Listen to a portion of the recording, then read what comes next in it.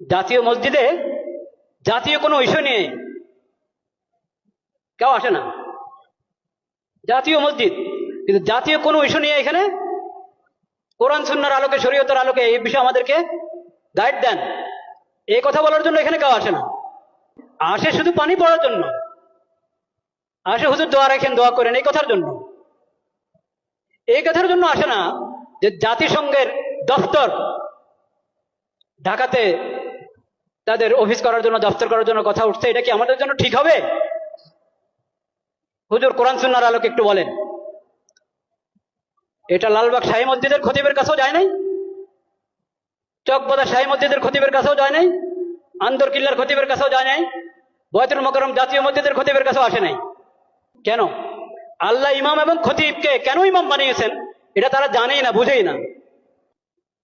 একটা ধর্ম মন্ত্রণালয় আছে, ধর্ম মন্ত্রণালয়ের মধ্যে একজন আলেমকে বসানো হয়েছে, মাশাআল্লাহ, খুশির বিষয়, বিজ্ঞ আলেম, কোরআন সুন্নাহর আলেম।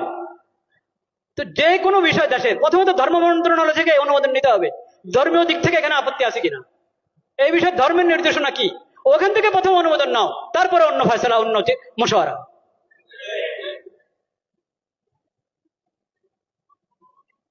লজ্জায় মরে যাওয়া উচিত বাংলাদেশিদের, যে তাদের কাছে কোরআন হাদিস থাকতে, নবীজির সিরত থাকতে, তাদেরকে মানবতা শিখাতে আসতে পশ্চিম দেশ থেকে। লজ্জা মরে যাওয়া উচিত।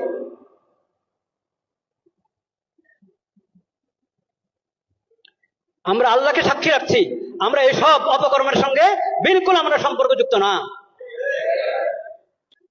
আল্লাহ সাক্ষী, আমরা এই ধরনের সমস্ত কর্মকাণ্ড থেকে সম্পর্কহীন।